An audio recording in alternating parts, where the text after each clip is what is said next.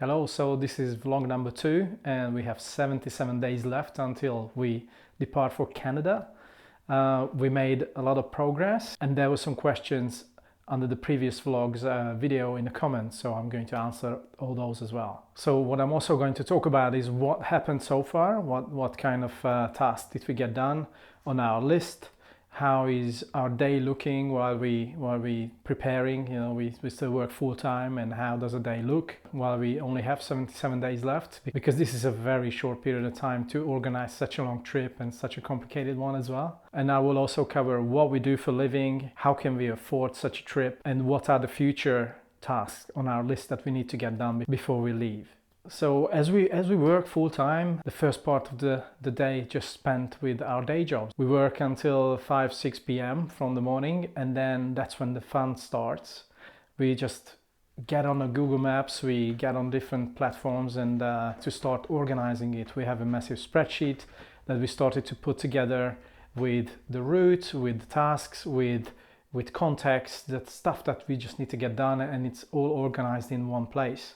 We also have a whiteboard where we outline the main things, what's going on, so that we have it always in front of us. And between us, we just keep the communication going. Like somebody's, like Evelyn or I, we come across an important information, maybe on one of the forums, or we talk to somebody and we just put it in a spreadsheet. We collect all the information, and based on that, we just carry on organizing it. And once our regular day of working stops, as well as at the weekends, we just open our maps, online or paper maps. We actually quite like paper maps, and then checking out all the route options on a physical map is just much more fun than on the screen. And we're using different books as well, like Lonely Planet books or online forums, wiki Overland, and there are lots of resources. Maybe I will just collect all these resources in a future video. We discuss our routes, we discuss our options, we discuss all the information that we come across during the day or during the week, and we start to agree on what we want to do.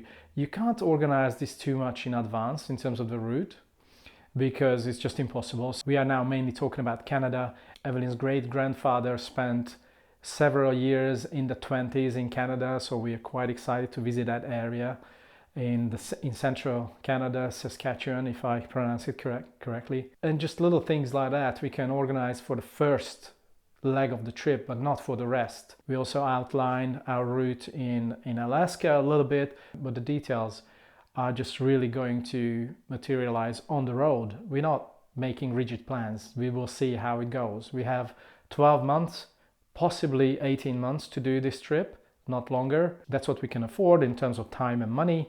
So that's what we need to sort of keep in mind while we are on the road and while we are organizing as well. We had some direct messages asking us what we do for a living, how can we afford such a trip.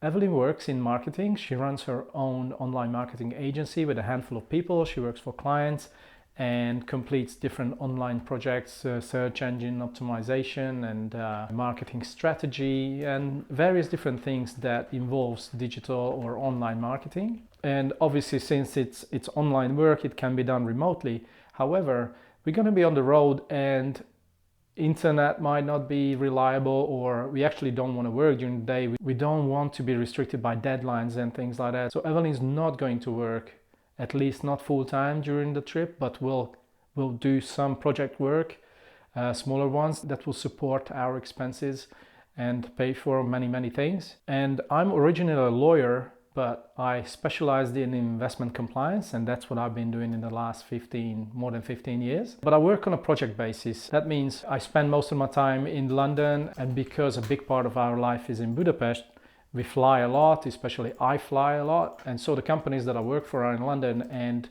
I do project work. I'm not really tied up for a long period of time at any given point. So that's how we afford our big trips in terms of time. So work on a project basis, which means I sign up to work for companies for 6 months or 12 months, and then we can afford a big trip. And that's what we've done in the past. That's what I'm doing now. And that way we can save up for a certain period of time, and then we can travel. That doesn't mean that I make all the money in 6 months to be able to afford a trip like this. No, we don't buy the latest gadgets. We don't buy a new car every year. We don't have a mortgage. you know, we are conscious of our spending, which means our priority is to spend it on travel and not on things, and that's how we afford it. Obviously, I'm not that young, so I saved up for a number of years. I invested my money into real estate. I invested my money earlier in other stuff as well. So that means we're using our savings from earlier as well as making money just before a trip as well. So that's how we afford it. Since a lot of work can be done online, there's a number of things that you can do on the road and then support your trip like that if that's your thing. And then I will include a link below in the description that will give you some ideas. But what I'm actually saying now is what works for us, how we're doing it. But there are lots of different ways to actually work on the road and then support your trip like that. You don't need to save up for 20 years and then go and travel and then give up everything.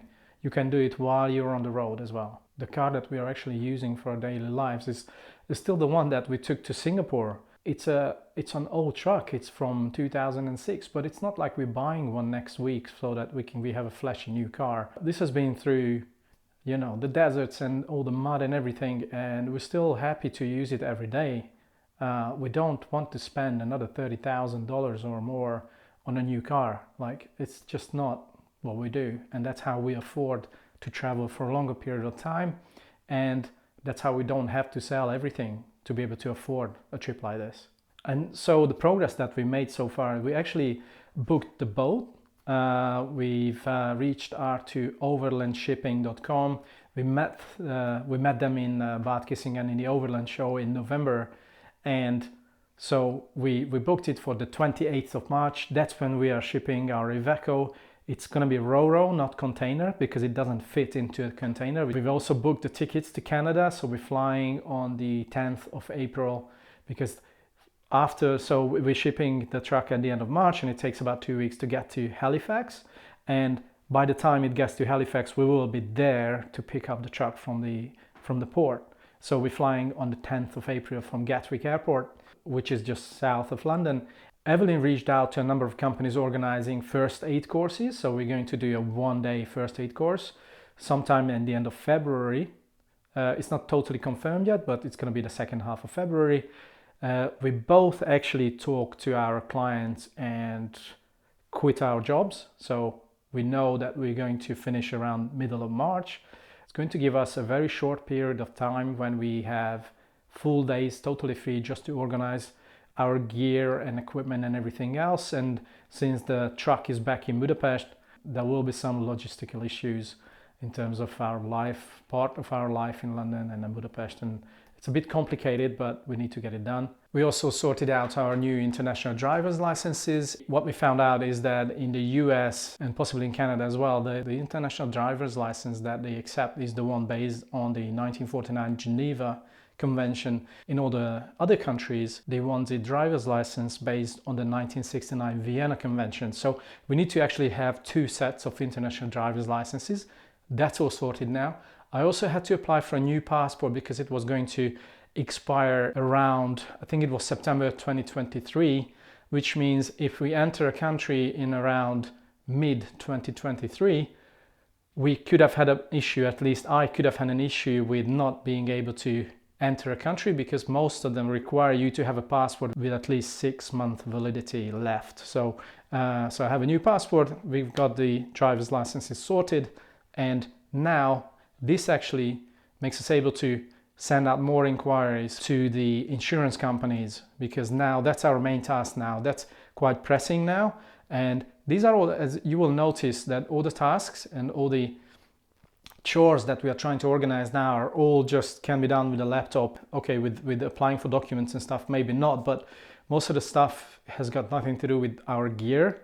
Most of it's already done and we have it, but now it's cold and we're not actually next to our truck to organize that at the moment, and we can do that at the last part. But in terms of gear, what we can do and what our next step is going to be as well is getting a list of all the spare parts that we will need for the Iveco.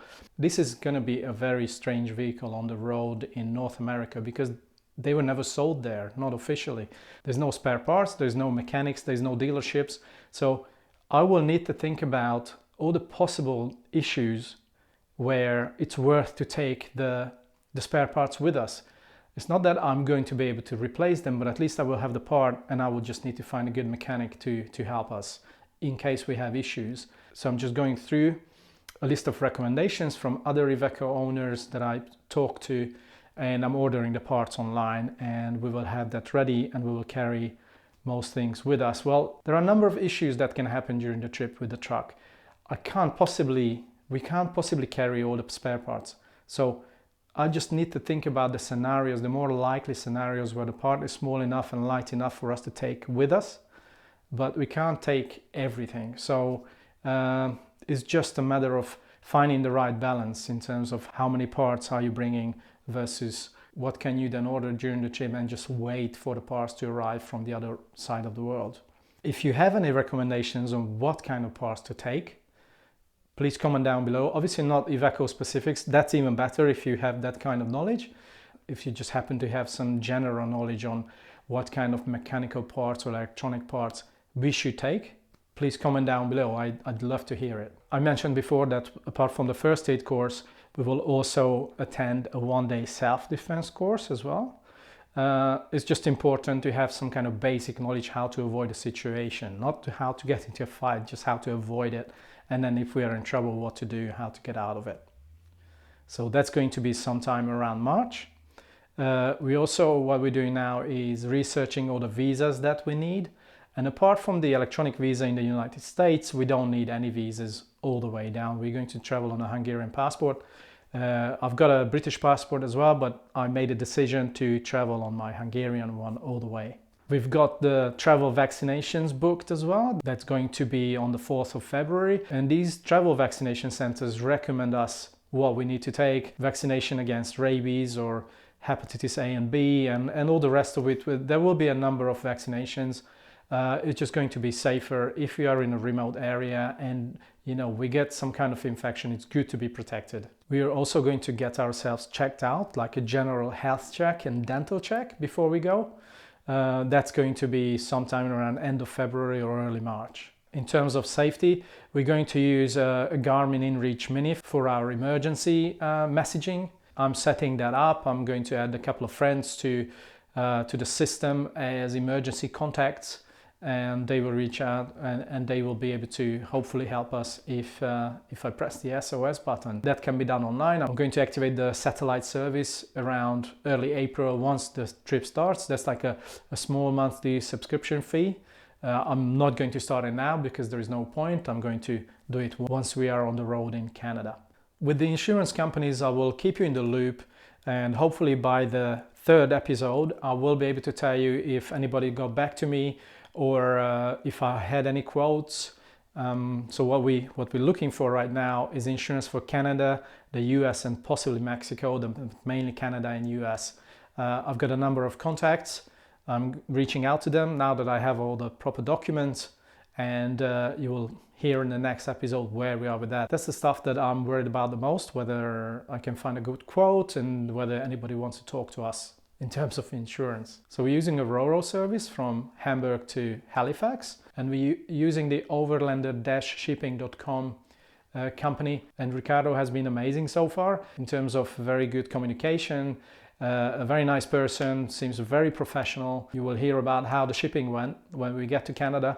On the way back, a year later, we're probably going to ship from Uruguay, and the problem is, because our truck doesn't fit into a container, we need to use a Ro-Ro service with the crew having access to it, basically. And the problem with that is that many things can go missing, and we heard horror stories.